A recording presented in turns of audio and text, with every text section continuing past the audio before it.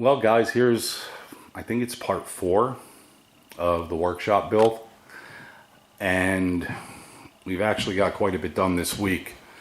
However, there were a snafu here and there. First one is the floor. I should have went with 3/4. I tried to cheap it out, but the floor is a little spongy, and what I plan on doing in here, I don't want it to be spongy. So I'm laying down additional sheets of 1/2 inch over the 5/8, and this is already done over here, and it is so much stronger. There's no give or flex or anything at all. So note to self, in the future, 3/4 or 1 inch tongue and groove. Don't cheap it out, because this is costing me a lot more than I had hoped. So we've got the walls up, the interior walls, so to speak, and all the outlets are run. I don't have the breaker box wired in yet, so I've got it half-assed up here into the switch where the power is for the outlets on the left side, these here, and the lights. But the breaker box is basically wired in, the breakers are in. I just have to run the power feed to it, which I'll probably do this weekend or next week. I ran out of wall plates. The little shelf for the radio, probably could have made it a little cuter, but at this point I'm running out of materials, and I'm using scraps to do a lot of things, like over the door. I didn't want to buy a sheet of plywood for a couple of little pieces, so I kind of pieced it together, so to speak. But everything is, for the most part, in. Lights are all wired. I haven't gotten back to the ceiling yet, but I'm definitely going to leave this exposed. I like the accessibility, so that's how it's going to be.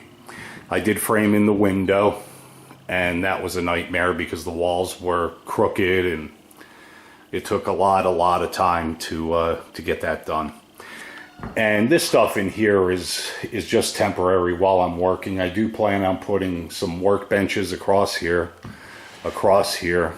My compound miter saw workstation probably is going to be on this side, and my other workbenches will be over here.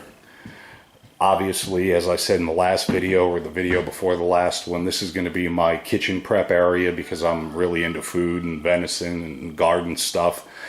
So I'm going to put some water in here, and a propane cooktop, and a sink, countertop, probably some cheap cabinets, and I'll be able to use a dehydrator, the food processor, whatever I want out here. And this side over here is where the wood stove is going to go. I had planned on using the wood stove that I had in the PA house, but that heats up to 2,000 square feet.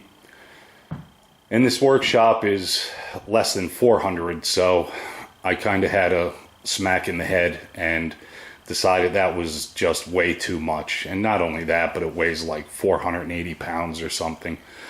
So I'm looking for a small wood stove, maybe some kind of cooktop stove, something antique maybe, to put in this corner.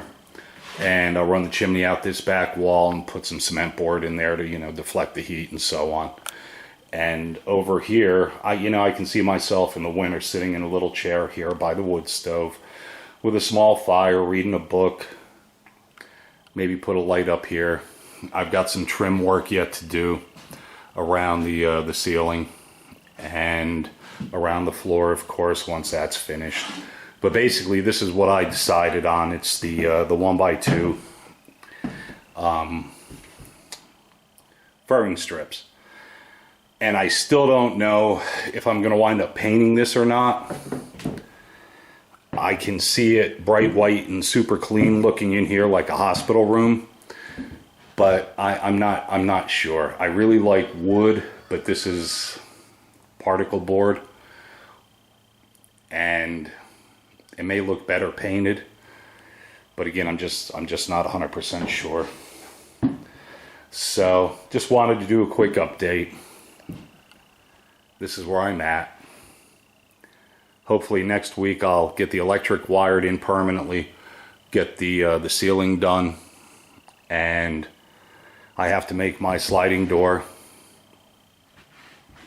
and then get working on workbenches and workstations and things like that, and get all the stuff that needs to be in here, and all this stuff that doesn't need to be in here out of here. So yeah, we're chugging along. And yeah, actually my wife asked me about this. The kitchen side is about 4.5 inches further out than the wood stove side, and the only reason I put this in here is I believe it's less combustible than plywood would be. So that's the reason for that.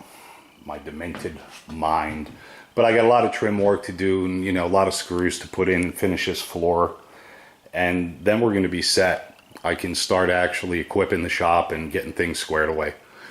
You guys, it's Friday night, and I hope you have a great weekend, and we'll talk soon.